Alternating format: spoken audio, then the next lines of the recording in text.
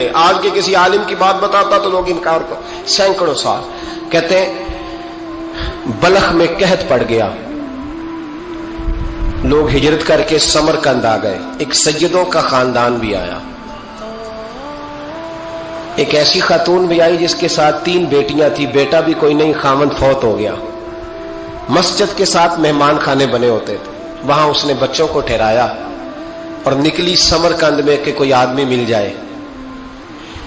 تو وہ سیٹھ صاحب چودھری صاحب کہنے لگے مجھے کیسے پتا چلے گا تو سید ہے، مجھے بتاؤ، کسی کو چوک میں کھڑا کر کے کہا جائے بتاؤ تو کون ہوتا ہے، اس شخص کا کیا اشر ہوتا ہے، کیا حال ہوتا ہے، کہا کیسے پتا چلے گا؟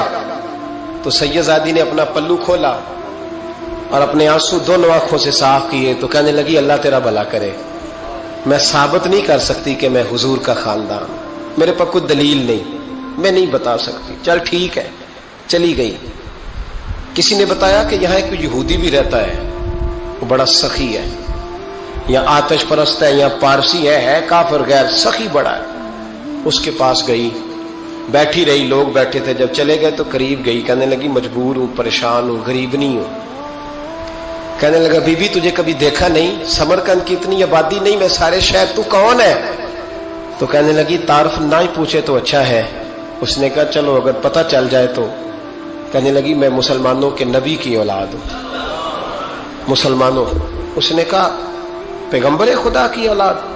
اٹھ کے کھڑا ہو گیا، بی بی کو ساتھ لیا، گھر گیا، کہنے لگا جو صاف ستھرا کمرہ ہے نا اسے پھر دھو ڈالو، ایک دفعہ پھر دھو ڈالو۔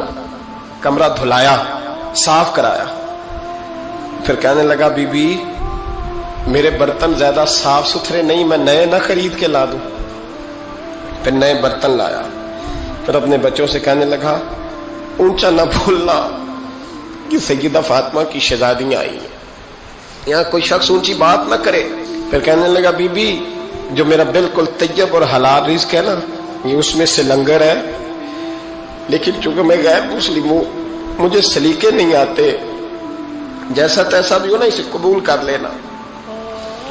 خاتون کو کہنے لگا یہ گھر ہے، جب تک جی چاہے یہاں رہنا، اور دیکھنا ہو سکے تو رات اپنے نبی سے سفارش کرنا، میرا بھی کوئی مسئلہ، میری بھی کوئی قبولیت کہیں ہو جائے۔ وہ مسلمان کہلانے والا رات کو سویا، کہتے جنت سجی ہوئی ہے، لوگ جنت میں جا رہے ہیں، لائنیں لگی ہوئی ہیں، نبی پاک لوگوں کو جنت میں بھیج رہے ہیں، میں بھی دوڑ کے لائن میں لگ گیا، فرشتے نے میرا بازو پکڑا، کہا پیچھے ہٹ، تو میں دوڑ کے حضور کی بارگاہ میں گیا، میں حضور سارے جنت میں جا رہے ہیں، یہ مجھے نہیں جانے دیتا۔ تو نبی پاک نے فرمایا تو کون ہے؟ کہ یا رسول اللہ میں مسلمان ہوں۔ کہتے حضور مجھ سے فرمانے لگے کوئی دلیل ہے تیرے پاس؟ دلیل ہے کوئی تیرے پاس؟ جب میں چپ کر گیا فرمایا میری بیٹی تیرے دروازے پر آ ہی گئی تھی تو دلیلیں پوچھنے لگ گیا تھا۔ ہم جا دوڑ جا، سویرے آنکھ کھلی تو گلیوں میں ڈھونڈتا پھرتا ہے، تلاش کرتا پھرتا ہے، کونے کونے میں جاتا ہے وہ سادات کا گھرانہ کہاں گیا، ڈھونڈتے ڈھونڈتے اس غیر مسلم کے دروازے پہ جا کے پہچان لیا تو کہنے لگا خدا کا واسطہ جو تو نے نوکری کی ہے نا ان کی مجھ سے 11 گنا لے لے، یہ سادات کا گھر مجھے دے دے۔ تو کہنے لگا کل تو آتا تو شاید بات اور ہوتی، آج بات اور ہے۔ اس نے کہا مہربانی کر، کہا نہیں کل تو آتا تو معاملہ اور تھا، آج معاملہ آج اور ہے، رنگ بدل گیا ہے، حالات تبدیل ہو گئے ہیں، اب تو دیکھ تاک کے آیا، جا دوڑ جا۔ کہنے لگا نہیں مہربانی کر دے دے، تو غیر مسلم میں تیرا کیا تعلق؟ کہنے لگا چپ کر، غیر مسلم میں کل تک تھا، کل سے سجدوں سے پیار کیا ہے تو میرے حالات سنور گئے ہیں، وہ جو نظارے تو نے رات خواب میں دیکھے ہیں میں نے جاگتی آنکھوں سے دیکھے ہیں، میں نے جاگتی آنکھوں سے، اور تو نے کسی مفتی پیر عالم کے ہاتھ پہ کلمہ پڑھا ہے، میں نے رات محمد عربی کے ہاتھ پہ کلمہ پڑھا۔ حضرت عمر جب نعرہ لگاتے نا تو کیسر کس طرح کانپتے، سفیر آتے روم کے ملنے کے لیے تو کہتے جاؤ عمر نفل پڑھ رہے ہیں، ٹائم کوئی نہیں۔ ایک دن اندر میٹنگ ہو رہی تھی، حضرت عمر میٹنگ میں بیٹھے تھے، آپ کے بیٹے ملنے آئے عبداللہ ابن عمر، ابا جی اندر آ جاؤ، فرمایا دروازے پہ کھڑا ہو، میں ضروری بات کر رہا ہوں، اندر نہ آنا۔ جناب عبداللہ ابن عمر کہتے ہیں میں دروازے پہ کھڑا ہو گیا، تھوڑی دیر گزری تو امام حسین بھی آ گئے۔ ایک حدیث میں، ایک روایت میں امام حسن کا لفظ بھی ہے، امام حسین آئے، آ کے عبداللہ ابن عمر سے کہنے لگے عمر فاروق اندر ہے؟ تو کہا وہ اندر تو ہے۔ تو کہا آپ کیوں دروازے پہ کھڑے ہیں؟ کہنے لگے ابا جی نے کہا ہے یہاں انتظار کرو، میں کوئی ضروری بات کر رہا ہوں، لیکن شہزادے میرے لیے کہا ہے، میرے لیے، آپ جانا چاہیں تو چلے جائیں۔ امام حسین کہنے لگے امیر المومنین کوئی بات کر رہے ہوں گے، میں ظہر کے وقت مسجد میں مل لوں گا، ظہر کا ٹائم آئے گا نا تو میں مسجد میں مل لوں گا۔ یہ کہہ کے چلے گئے۔ حضرت عمر باہر آئے تو حضرت عبداللہ ابن عمر سے کہا کہ کوئی آیا تو نہیں؟ عرض کی حضور حسین ابن علی آئے، حسین ابن علی۔ تو کہا اندر کیوں نہیں بھیجا؟ کہا میں نے کہا تھا بے شک چلے جائیں، لیکن وہ کہہ رہے تھے کہ میں ظہر کے وقت مسجد میں مل لوں گا۔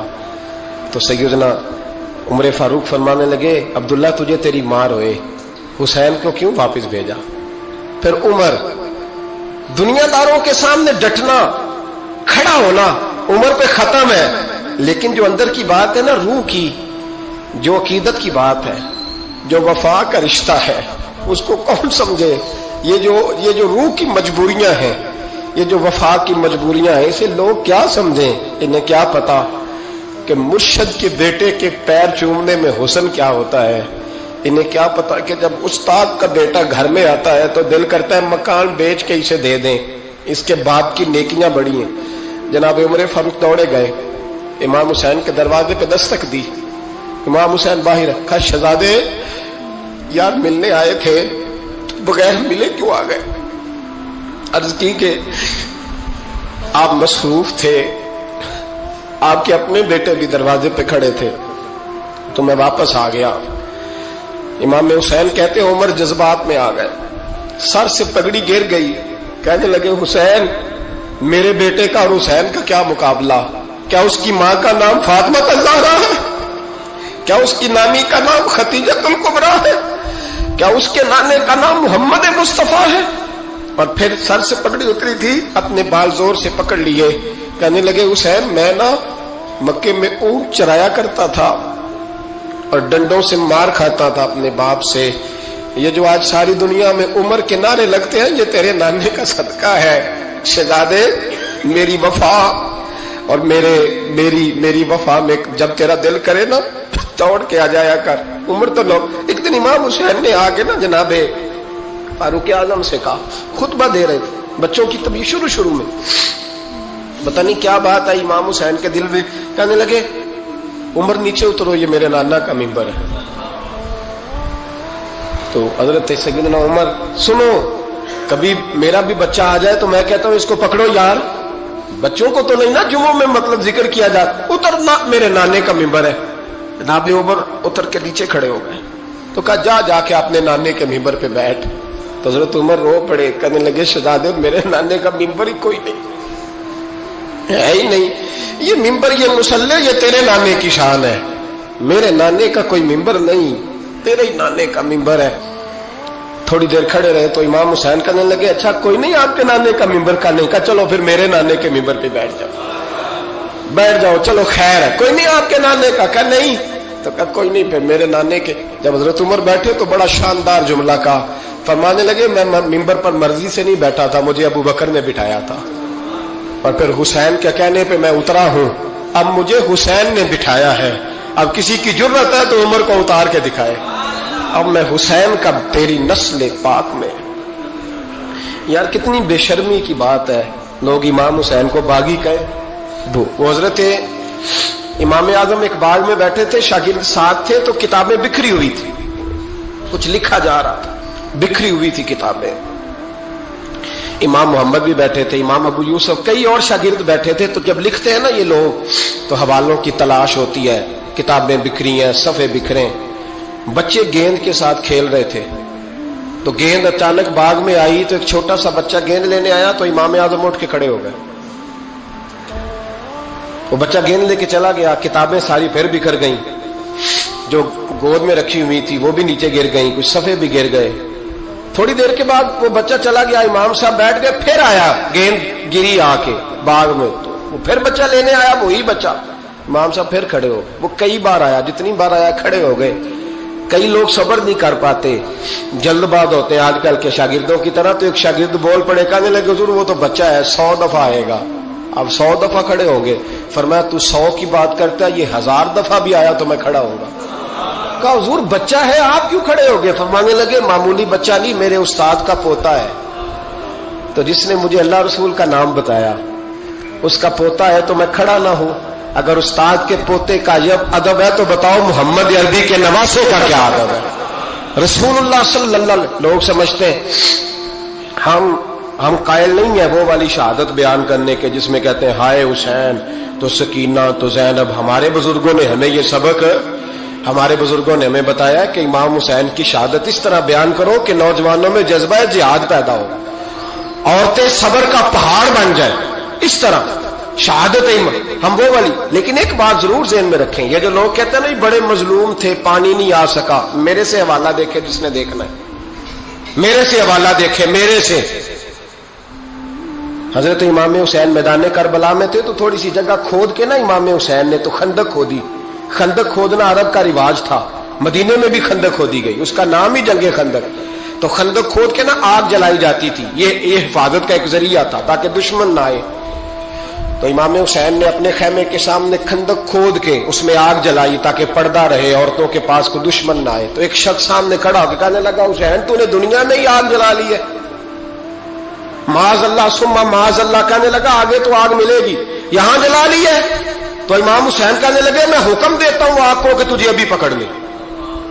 لوگ کہتے ہیں مظلوم تھے، میں حکم دیتا ہوں آگ کو تجھے ابھی پکڑ لے۔ یہ لفظ امام حسین نے کہے، میں 3 کتابیں تو میری لائبریری میں ابھی ہیں جن میں حوالہ ہے، 3 کتب سے، اور آج کل پرسوں کی کتاب نہیں، سینکڑوں سال پرانی۔ جب کہا نا میں حکم دیتا ہوں تو وہ آدمی گھوڑے سے نیچے گرا، گھوڑے سے نیچے گرا، اور گھوڑے کی رکاب کے اندر اس کا پیر الجھا، گھوڑا ڈر کے اتنا دوڑا کہ جا کے اس آدمی کو آگ میں پھینک دیا۔ امام حسین کے سامنے جل کے مر گیا۔ یہ حسین ابن علی ہے، یہ ابھی حکم دیتے تو فرشتے ابھی آ جاتے، یہ ابھی بات کرتے تو ساری دنیا کی فوجیں ابھی اکٹھی ہو جاتی، یہ ابھی حکم دیتے تو ابھی آ جاتے۔ اور سنو، اگر جناب اسماعیل کے لیے دمبا آ سکتا ہے تو وہ تو حضرت ابراہیم کے بیٹے تھے، اور یہ تو مصطفیٰ کی اولاد ہے، ان کے لیے کیا کچھ نہیں ہو سکتا۔ لیکن امام حسین نے پسند کیا تھا کربلا کے جہاد کو، اس کو پسند کیا تھا مولا علی نے، وہ اپنی پسند پہ تھے۔ کوئی آدمی اس طرح نہ بیان کرے کہ بڑے مظلوم تھے تو بڑی مشکل میں تھے تو بڑا روتے تھے بڑے، اور کوئی شخص ایسی بات، یہاں تو تماشا لگ گیا ہے، تماشا لگ گیا ہے۔ ایک وہ ہے جو آج کل کہہ رہے بس جی وہ تو 2 شہزادوں کی جنگ تھی، انہیں بھی شرم نہیں آتی، اور ایک ممبروں پہ چڑھے ہوئے ہیں، چہرے پہ داڑھی کوئی نہیں، سر پہ ٹوپی کوئی نہیں، بازاری سا انداز ہے، کبھی دوڑ کے ادھر جاتے ہیں، کبھی بھاگتے ہیں، کبھی کہتے ہیں اونچا بولنا، پیروں پہ کھڑا ہونا، یہ لوگ بیان کریں گے امام حسین کی بات، یہ لوگ بیان کریں۔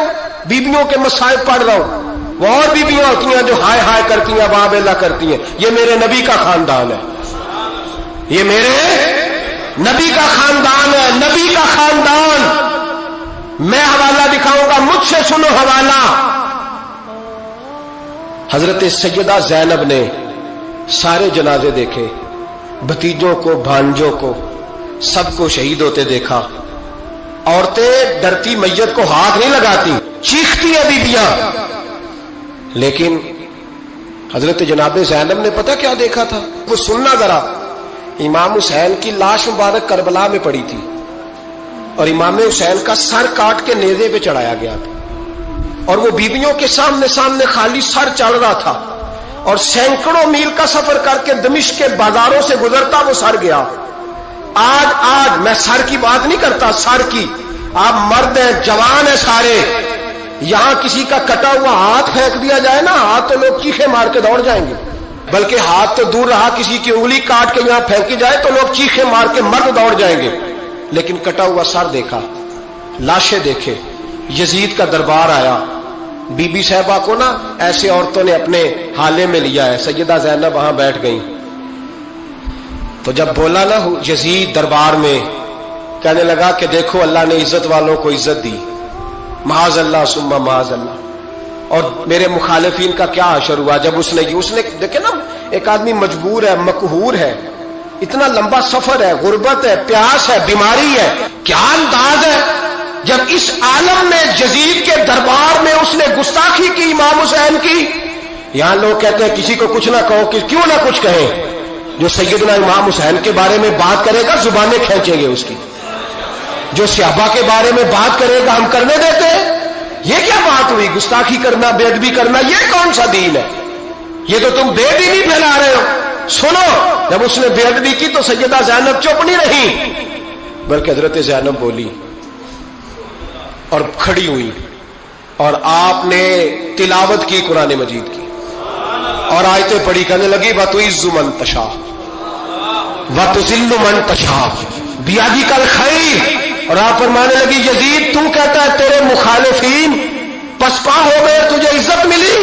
آپ فرمانے لگی یہ تیرا دربار ہے نا، یہ تیرا سجا ہوا ہے نا، تیرا اس وقت ڈنڈا چلتا ہے نا۔ فرمانے لگی چند سال ٹھہر جا، تیرے اوپر لوگ لعنتیں برسائیں گے، اور فرمایا جب جمعے پڑھے جائیں گے تو لوگ میرے حسین کے نام کے خطبے پڑھیں گے۔ فرمایا آج یہ تیرا دربار ہے نا۔ حضرت نعمان بن بشیر صحابی رسول تھے، وہ کہتے ہیں میرے قریب ایک نابینا صحابی بیٹھا تھا، سنو سنو حوالہ میں دکھاؤں گا۔ کہنے لگے میرے قریب اس وقت یزید کے دربار میں ایک نابینا صحابی بیٹھے تھے، جب بی بی زینب نے یہ بات کی نا تو وہ نابینا صحابی میرا ہاتھ پکڑ کے کہنے لگے نعمان علی آ گئے، یہ تو علی کی آواز ہے، علی آ گئے، جبریل امین بول رہے ہو جیسے، حکمت کے گوہر رول رہے ہو جیسے، دربار دمشق میں وہ زینب کا خطاب منبر پہ علی بول رہے ہو جیسے۔ کہنے لگے علی آ گئے، علی، یہ تو علی کی آواز ہے۔ جناب نعمان بن بشیر کہنے لگے نہیں، علی جب بولتے تھے تو بڑا رنگ ہوتا تھا، ابھی تو زینب کھل کے بول ہی نہیں رہی، ابھی تو زینب ستائی ہوئی ہے، ابھی تو زینب زخم کھا کے آئی ہے، ابھی تو زینب پیاسی ہے۔